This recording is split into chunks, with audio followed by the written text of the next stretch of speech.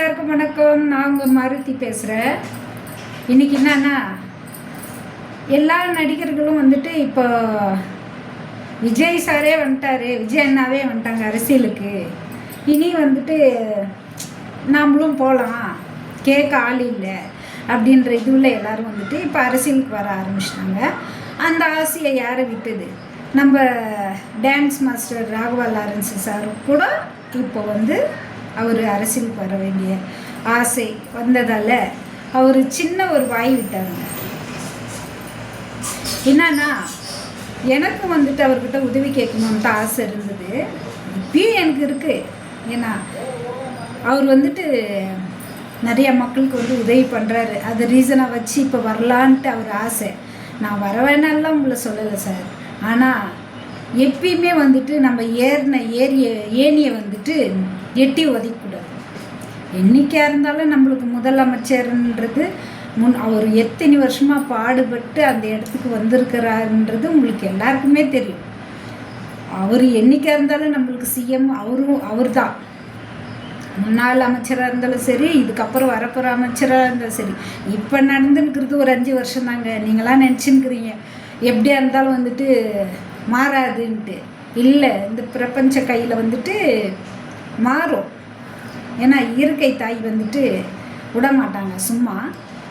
அதே மாதிரி மாஸ்டர் மகேந்திரன் வந்து கூட அந்த தம்பி கூட கொஞ்சம் நிறைய பேசுகிறாரு.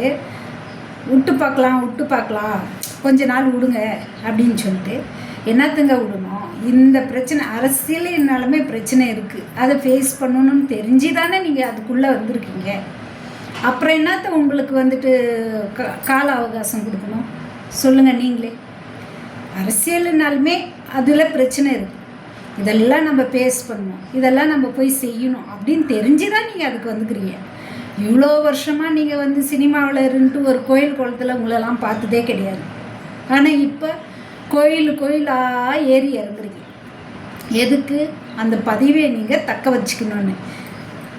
நீங்கள் வந்துட்டு இன்னாதான் நீங்கள் பதவியை தக்க வச்சுக்கணுன்னு ஆசைப்பட்டு கோயிலாக இறங்கி கொட்டி கொடுத்தாலும் இயற்கை தாய் கையிலிருந்து யாராலையும் தப்பிக்க முடியாதுங்க.